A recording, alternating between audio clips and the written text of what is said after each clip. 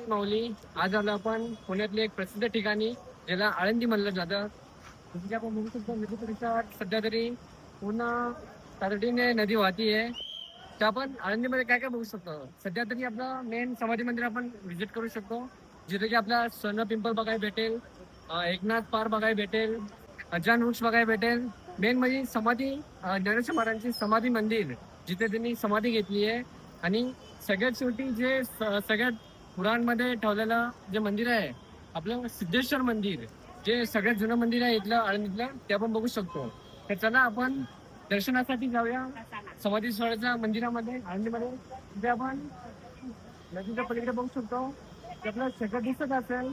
एक नावाची पाठी दिसते का तुम्हाला ज्ञानेश्वर महाराजांची? त्याच्या ठीक वर बघा आपलं ज्ञानेश्वर महाराजांचं शिखर दिसतंय, जे बाकी ढगासोबत आपण बघू शकतो. चला तर मग जय मंदिराकडे. रामकृष्ण हरी माऊली. आता आपण पोचलो आहोत आळंदीच्या बाहेरच्या प्रांगणात. इथं बघू शकतो आपण एक लहान दिंडी जात आहे, आळंदी मंदिराची प्रदक्षिणा करत आहे. आणि फक्त काहीच दिवस बाकी आहेत आता माऊलीच्या पालखीत प्रस्थानासाठी. बघू शकतो आपण सोबत पोलिसांच्या कडक बंदोबस्तची तयारी सुरू आहे इथेच. तसंच बाहेर आपण बघू शकतो इथे बरेच लहान लहान दुकानं आहेत, जिथे फळ, फुलं, प्रसाद वगैरे जे काय आपल्याला हवं असेल ते आपण घेऊ शकतो.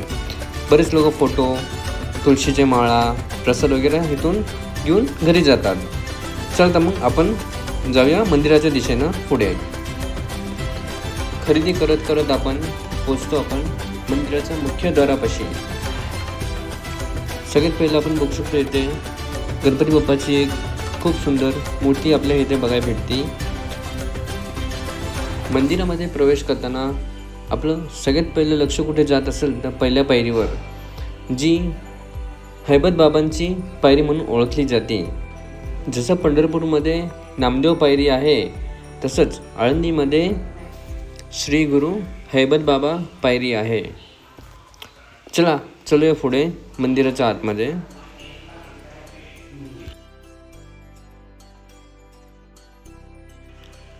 आळंदीचे मुख्य आकर्षण आणि भावी भक्त आळंदीला येण्याचे महत्त्वाचं कारण म्हणजे या ठिकाणी माऊलीची संजीवनी समाधी आहे, अर्थात संत ज्ञानेश्वर महाराजांची समाधी स्थळ. माऊलींनी वयाच्या 21व्या वर्षी याच ठिकाणी 1218 साली जीवन समाधी घेतली. त्यानंतर त्या ठिकाणी समाधी मंदिर बांधण्यात आलं. मंदिरात येण्यासाठी बरेच दरवाजे आहेत, जसं की गणेश दरवाजा, हनुमान दरवाजा आणि इतर दरवाजे आहेत. जसं की आता माऊलीच्या प्रस्थानाला 2 ते 3 दिवस बाकी आहे फक्त. तर मग इथे बरेच कॅम्प लावले जातात, जसं की मेडिकल कॅम्प आहे जे महाराष्ट्र शासनाकडून केले गेले मंदिराच्या आतमध्ये. जसं की आपल्याला माहिती आहे की माऊलीच्या दिंडीमध्ये बरेच वयोगटातले लोक, लहान ते लहान 10 वर्षापासून ते 90-100 वर्षापर्यंतच्या वयाचे लोक असतात दिंडीमध्ये. तर मग त्यांच्या जे काही मेडिकल गरज असेल, जसं की सर्दी, खोकला किंवा जे काही घुटणेदुखी वगैरे जे काही त्रास असेल, तर त्यांची गैरसोय होणं औषधासाठी, त्यासाठी महाराष्ट्र शासनाने हा छोटासा कॅम्प इथे आयोजन केलेला आहे. इथे मागेच आपण बघू शकतो माऊलीच्या दोन्ही पालख्या ठेवलेल्या आहेत. एक पालखी म्हणजे जे आळंदी ते पंढरपूर प्रवास करते, आणि दुसरी पालखी म्हणजे जे दर गुरुवारी आतमध्ये प्रदक्षिणा करते, ती पालखी असते. बरेच लोकांना प्रश्न पडतो की नेमकं श्री गुरु हैबत बाबा आहे तरी कोण. चला हैबत बाबाबद्दल पण थोडं जाणून घेऊया. तर श्री गुरु हैबतराव बाबा अरफळकर हे संत ज्ञानेश्वर महाराजांच्या आळंदी ते पंढरपूर पालखी सोहळ्याचे जनक, शिल्पकार आणि माऊलींचे परमभक्त होते. आज आपण जी शिस्तबद्ध आणि भव्य वारकरी वारी पाहतो, तिची आधुनिक परंपरा त्यांनीच सुरू केली. ग्वाल्हेरचे सरदार हैबत बाबा हे मूळचे सातारा जिल्ह्याचे अरफळ गावचे होते. ते ग्वाल्हेरच्या शिंदे सरकारचे एक मातबर, सरदार आणि दरबारी होते. त्यांच्याकडे मोठे लष्करी आणि राजकीय वैभव होते. परमभक्ती, ऐश्वर्य आणि सत्ता हाताशी असूनही त्यांचे मन अध्यात्माकडे आणि संत ज्ञानेश्वर महाराजांच्या भक्तीकडे ओढले गेले. संत ज्ञानेश्वर महाराजांच्या संजीवन समाधीनंतर शेकडो वर्ष वारी विखरली गेली होती. हैबतबाबांनी 1820च्या दशकात या वारीला एक शिस्तबद्ध आणि संघटित स्वरूप दिले गेले. पहिली पालखी, त्यांनीच माऊलीची पादुका पालखीत ठेवून दिंडीची रचना करून आळंदी ते पंढरपूर अशा भव्य पालखी सोहळ्याची सुरुवात केली. वारीतील वाटचाल, मुक्काम, आरती आणि भजनाचे नियम त्यांनी आखून दिले, जे आजही आपण सर्वजण पाळतो. हैबतबाबांनी आपले सर्व वैभव सोडून दिले आणि ते आळंदीत माऊलीच्या चरणी येऊन राहिले. ते स्वतःला माऊलीचे अत्यंत नम्र सेवक मानतात. हैबतबाबांच्या या अथाळ भक्तीमुळे आणि त्यांच्या अंतिम इच्छेनुसार त्यांची समाधी आळंदी मंदिराच्या महाद्वाराच्या पहिल्या पायरीखाली बांधण्यात आली. म्हणून आजही त्या पायरीला श्री गुरु हैबतबाबा पायरी म्हणून ओळखलं जातं. सन 1570 संत श्री एकनाथ महाराज यांनी संत श्री ज्ञानेश्वर महाराजांच्या संजीवनी समाधी मंदिर बांधलेले आहे. श्री नाथांच्या पायरीची महती एवढी मोठी की संत ज्ञानेश्वर महाराजांनी खुद पैठणच्या संत श्री एकनाथ महाराजांना स्वप्नात येऊन दृष्टांत देऊन सांगितले की अंजान वृक्षची मुळी त्यांच्या कंठाला टोचत आहे, तेवढी मुळी बाजूला करा, असा त्यांना दृष्टांत झाला. तेव्हा संत श्री एकनाथ महाराज यांनी संत श्री ज्ञानेश्वरांची समाधी शोधून काढले आणि त्या ठिकाणी समाधीस्थळेमध्ये उतरून त्यांनी अंजान वृक्षाची मुळे बाजूला सारली आणि माऊलीचा कंठ मोकळा केला.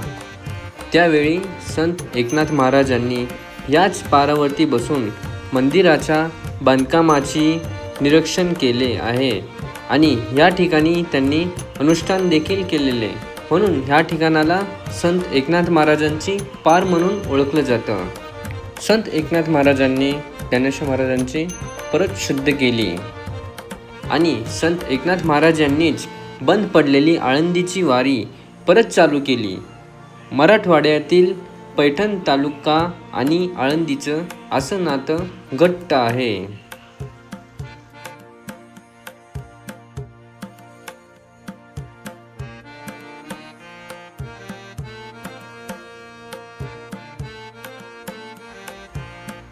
माऊलीच्या समाधीच्या दर्शनासाठी दर्शनबाईची रांग आपण इथे बघू शकतो.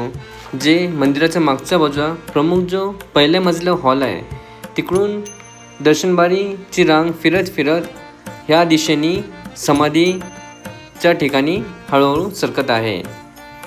तसंच माऊलीच्या कळसचं पण आपण दर्शन करू शकतो.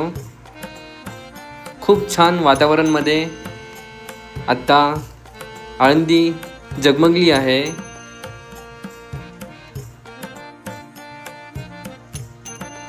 इथे आपण मॅपद्वारा पण मंदिर संस्थांनी दाखवलं गेलं आहे की आपण मंदिर कोणत्या ठिकाणी आहे, आजूबाजूला कोणते प्रमुख स्थान आहेत जे तुम्ही व्हिजिट करू शकता. आणि बाजूलाच अजून एक बॅनर आहे जिथे मंदिराचं वेळापत्रक दिलेलं आहे, कधी कोणती आरती असते, काय कार्यक्रम असतो, सगळं दिलेलं आहे. चला तर मग चलूया पुढे.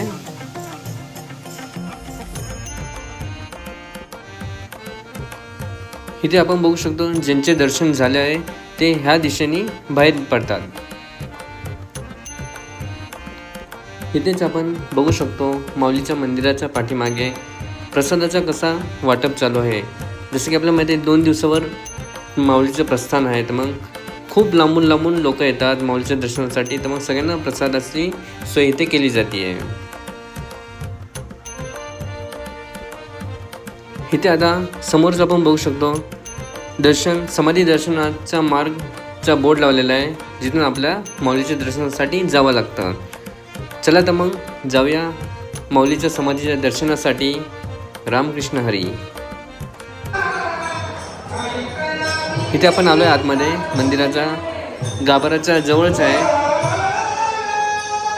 मुख्य प्रमुख हॉलमध्ये आता सध्या कीर्तन सेवा चालू आहे.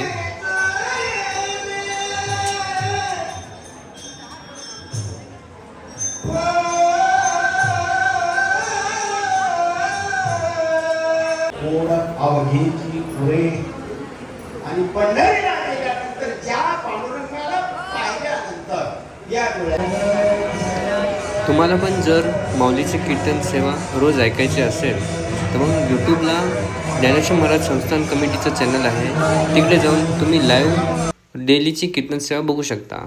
चला तर मग गणपती बाप्पाचं दर्शन करून चलूया. माऊलीच्या मेन गाभाऱ्यात आलो आपण आता सध्या. इथून आतमध्ये माऊलीची समाधी आहे, तर चला रांगेतून करूया माऊलीच्या समाधीचं दर्शन. रामकृष्ण हरी.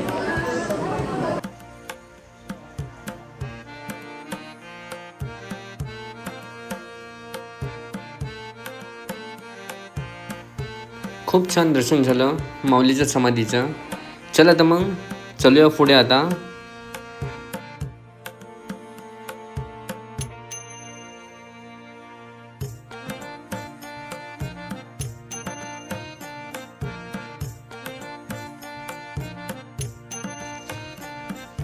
संत मुक्ताबाई मुक्ताई या 13व्या शतकातील महाराष्ट्रातील महान संत आणि कवयित्री होत्या. त्या संत ज्ञानेश्वर आणि संत सोपानदेव यांच्या धाकट्या भगिनी होत्या. वारी संप्रदायामध्ये त्यांना आदिशक्ती मानलं जातं. संत मुक्ताबाई यांच्या मंदिरासमोरच माऊलींच्या संजीवनी समाधी सोहळ्याचा प्रसंग शिल्पकार स्वरूपात साकारला आहे.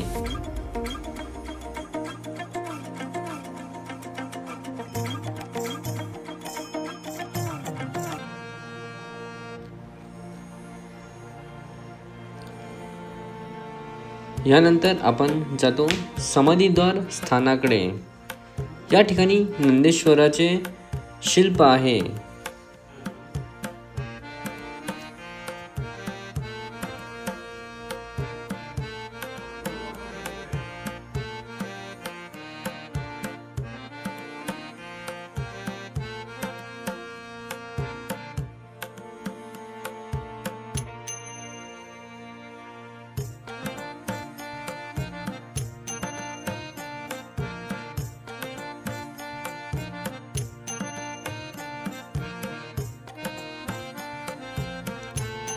या ठिकाणी आपण नंदेश्वराची मूर्ती बघू शकतो.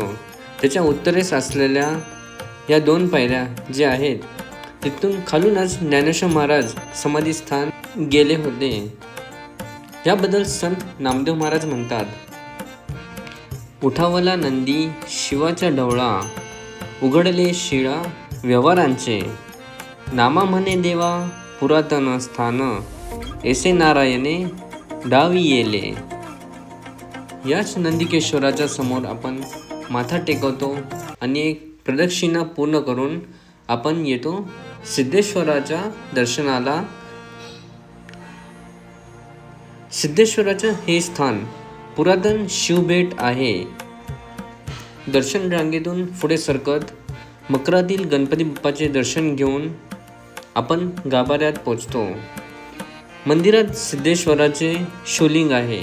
इथे कायम जलादेश होत असतो असं म्हणतात. भगवान शंकराने सिद्धेश्वरांच्या रूपात इथे लोळण घेतले होते.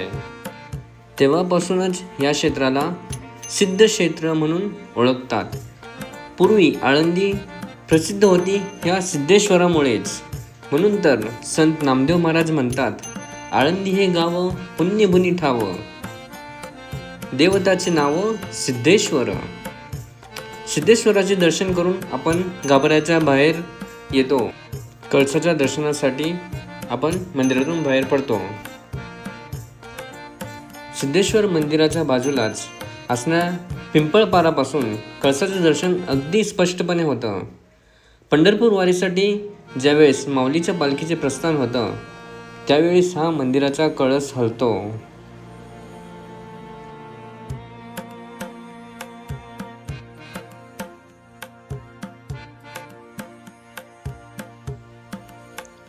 हे मंदिराचं 5 दरवाजे समोरचं प्रांगण आहे, जिथे लोकांना बसायचा कट्टा केला आहे. शांतपणे लोक देवाचं स्मरण करतात. इथे समोर हनुमंतरायाचं सुद्धा मंदिर आहे, जिथे आपण दर्शन करून पुढे चलतो अंजान बागच्या दिशेनं.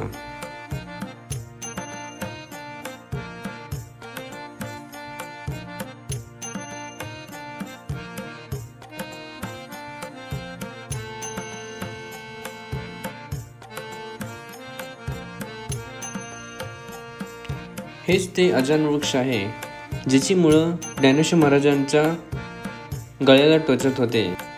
म्हणून त्यांनी एकनाथ महाराजांना दृष्टांत दिला आणि मुळी सोडवण्यासाठी बोलवून घेतलं.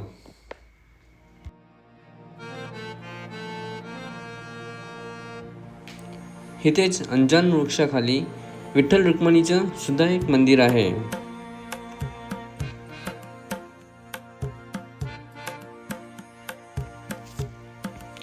इथे अंजान वृक्ष बद्दलची पूर्ण माहिती लिहिलेली आहे. तुम्ही व्हिडिओ पॉज करून पूर्णपणे वाचू शकता.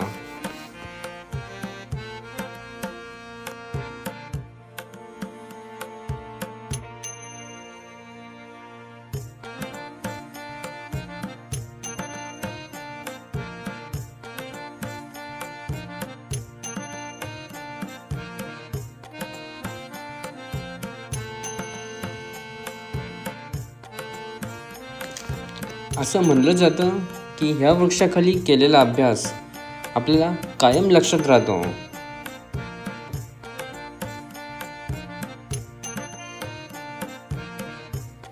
आपण कधीही आळंदीत आला तर मग तुम्ही बघू शकता ह्या प्रांगणात कायम वाचन चालू असतं माऊलींचं. इथं दर एक वय गटातले माऊली असतात वाचन करण्यासाठी, एकदम लहानपासून ते वरिष्ठ नागरिकपर्यंत.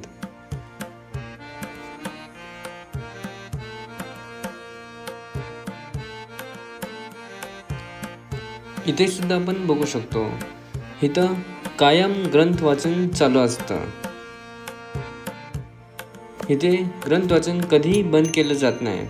जसं की समजा एक माऊलीचं ग्रंथ वाचन त्यांनी ठराविक भाग पूर्ण केला तर मग दुसरी माऊली तिथे येऊन बसते आणि तिथूनच दुसरी माऊली कंटिन्यू चालू ठेवते ग्रंथ वाचन. हे आपलं माऊलीचं प्रांगण आहे.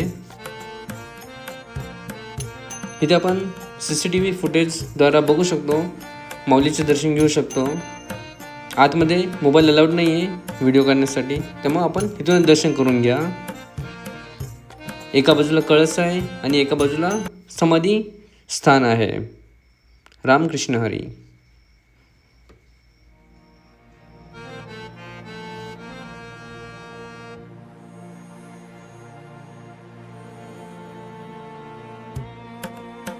मुख्य मंदिराच्या बाजूलाच इथं स्वर्ण पिंपळ आहे. ज्यावेळी इंद्रदेवांनी इथे अलंकापुरीत महायज्ञ केला त्यावेळेस देव कुबेरांनी हे वृक्ष स्थापन केले होते. याचा दाखला देताना संत एकनाथ महाराज म्हणतात, 84 सिद्धांचा सिद्ध भेटी मेळा, प्रत्यक्षी स्थापिला कल्पवृक्ष. हा स्वर्ण पिंपळ प्रत्यक्षी कल्पवृक्षासारखं सर्वांची मनोकामना पूर्ण करतो. या स्वर्ण पिंपळाला संत श्रेष्ठ ज्ञानेश्वर महाराजांच्या मातोश्री रुक्मिणी यांनी 1.25 लाख प्रदक्षिणा केल्या होत्या. त्याचप्रमाणे इथे येणारा दरेक भाविक भक्त आपल्या मनात जे काही इच्छा असेल ते धरून होईल तेवढ्या प्रदक्षिणा करतो.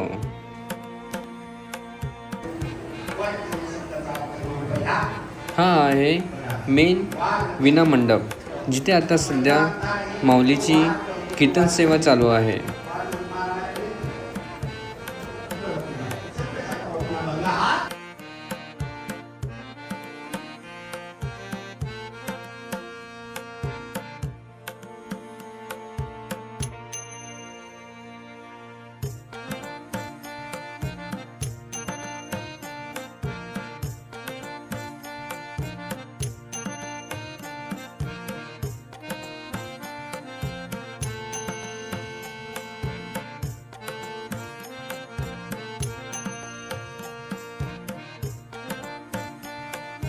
चला आता सर्व दर्शन झालं की आपण वळतो मंदिराच्या बाहेरच्या दिशेने खरेदीसाठी. घरच्यांसाठी प्रसाद, पूजेचे साहित्य, पुस्तके, बाळगोपाळसाठी खेळणी जसे की छोटे छोटे टाळ आले आणि इतर साहित्याच्या खरेदीसाठी आपण पुढे चालतो.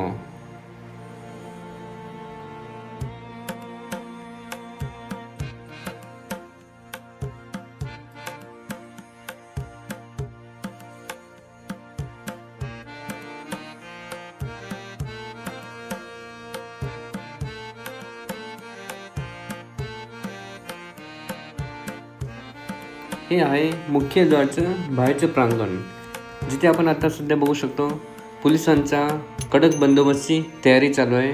जसं की 2 ते 3 दिवस फक्त राहिलेत माऊलीच्या प्रस्थानासाठी.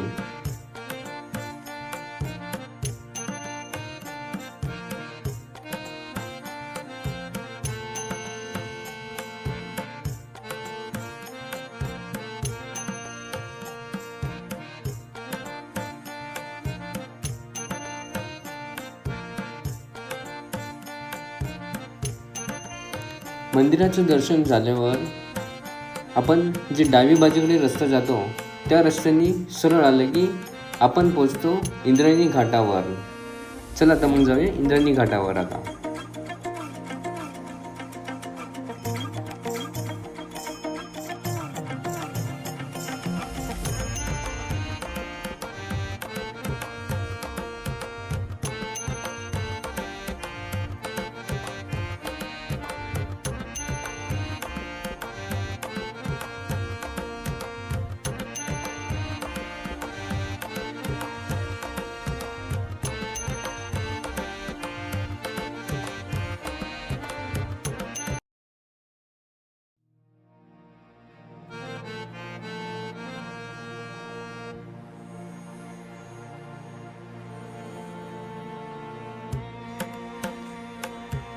हे आपलं आळंदीमधील इंद्रायणी घाट आहे आणि बहुतेक सगळ्या संतांनी या इंद्रायणी घाटामध्ये स्नान केलेलं आहे.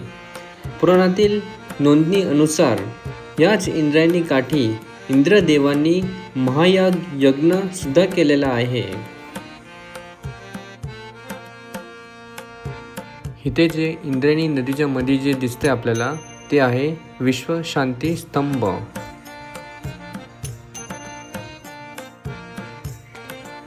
अवघाची संसार सुखाच्या करीनं आनंदे भरीनं तिन्ही लोक जाईन ग माये तया पंढरपुरा बेटीन माहेरा आपुलिया सर्व सुकृताचे फळ मी लाहीन शमदम देईन पांडुरंगी बाप रखमा देवीवरू विठ्ठलेचे भेटी आपली सौसाठी करुणी राहे.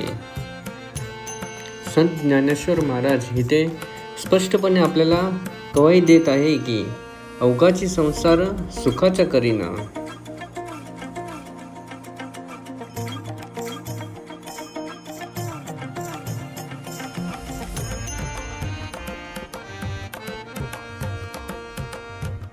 जर तुम्ही 4 व्हीलर किंवा 2 व्हीलर घेऊन येत असाल तर मग मंदिराच्या डावी बाजूला तिथे तुम्ही तुमची 2 व्हीलर 4 व्हीलर निवांत पार्क करू शकता. आपण इथे मंदिराच्या मुख्य दरवाजाच्या समोरच्या वाईज पुढे आला तर तिथेच आपल्याला सिद्धिविनायक पितळी गणपती मंदिरचं पण दर्शन होईल.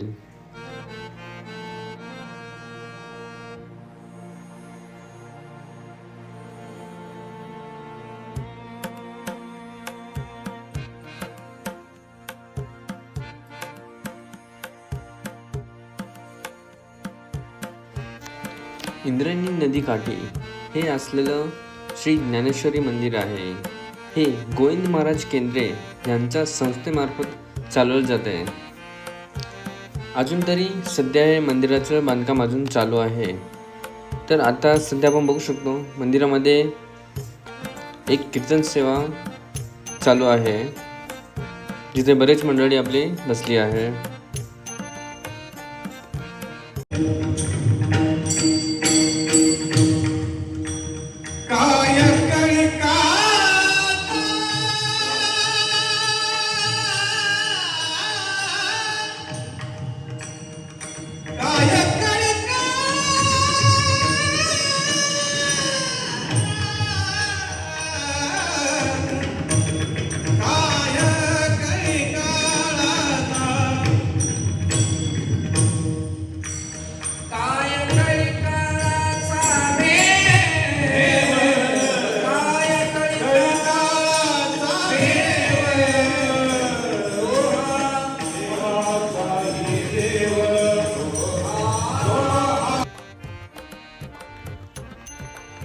चला माऊली, तर आपण आता मंदिराच्या वाईच पुढे आलो आहे, भैरवनाथ चौकात. तिथे आपल्याला बघायला भेटेल श्री संत ज्ञानेश्वर महाराजांनी या ठिकाणी भिंत चालवली होती. चला त्याचा इतिहास बघूया. संत ज्ञानेश्वर महाराजांनी इथं भिंत चालवली होती आणि त्याचा इतिहास असा आहे की संत ज्ञानेश्वर महाराजांच्या चमत्काराची माहिती, हे सर्व विद्यामध्ये प्रवीण असलेली माहिती ही चांगदेवांच्या कानावर गेली. चांगदेवांचा अहंकार दुखावला गेला. 12 ते 13 वर्षाचा मुलगा रेड्याच्या मुखातून वेद बोलवतो. अवघ्या 14व्या वर्षी मराठीमधील गीतेवरतील तोडच तोड टीका करतो. अमृतवान सारखा ग्रंथ लिहितो आणि धर्मावरील भाषण करतो. हे पाहून त्यांचा जळफाट झाला आणि त्यांनी संत ज्ञानेश्वर महाराजांना जाब विचारण्यासाठी पत्र लिहायला घेतलं. परंतु त्यांना एकही शब्द त्या पत्रावरती लिहिता आला नाही. त्यांनी शेवटी कोऱ्या कागदावरच जाब मागितला. संत ज्ञानेश्वरांनी त्या कोऱ्या कागदावरती 65 ओळ्या लिहिल्या आणि त्या चांगदेवांना परत पाठवल्या. त्या ओळ्यांनाच चांगदेव 65 असं म्हटलं जातं. ह्या 65 ओळ्याचा अर्थ जाणून घेण्यासाठी वाघावर बसून हातात चाबूक घेऊन ते आळंदीसाठी निघाले. हा सगळा प्रकार पाहून आळंदीचे लोक प्रचंड घाबरले. आळंदीमध्ये चांगदेव आले त्यावेळेस चारही भावंडे एक भिंतीवर बसून आनंदाने ऊस खात होते. संत ज्ञानेश्वर महाराज त्या भिंतीलाच म्हणाले, भिंतीबाई, एक योगी पुरुषला भेटायचे आहे, चला. तर हातपाय नसलेली दगडविटाची निर्जीव भिंत आगगाडीसारखी हळूहळू चालायला लागली आणि जिथे चांगदेव महाराज होते तिकडे जाऊन थांबली. हे सगळं दृश्य पाहून चांगदेव थक्क झाले. वाघावरून खाली उतरले आणि संत ज्ञानेश्वर महाराजांचा पाय धरले. संत ज्ञानेश्वर महाराजांनी त्यांना उठवलं आणि त्यांना सांत्वना दिली. यावेळेस मुक्ताबाईंनी चांगदेवाला चांगलाच उपदेश दिला आणि चांगदेवांनी मुक्ताबाईंचे शिष्यपद धारण केले. संत मुक्ताबाई या चांगदेवांच्या गुरु झाल्या इथे. संत श्री ज्ञानेश्वर महाराजांनी जी भिंत चालवली त्याला जस्ट बाजूला लागूनच आपण बघितलं तर इथले ग्रामदेवत श्री काळभैरवनाथ स्वयंभू श्री काशी विश्वेश्वर मंदिर आहे.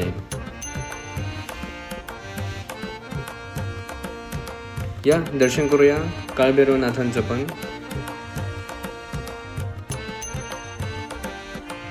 या प्रकारे आपण आळंदी दर्शन एका दिवसामध्ये करू शकतो. हे सगळे मुख्य ठिकाण होते आळंदीमधले. व्हिडिओ आवडल्यास व्हिडिओला लाईक करा, चॅनल सबस्क्राईब करा आणि शेअर करा. रामकृष्ण हरी.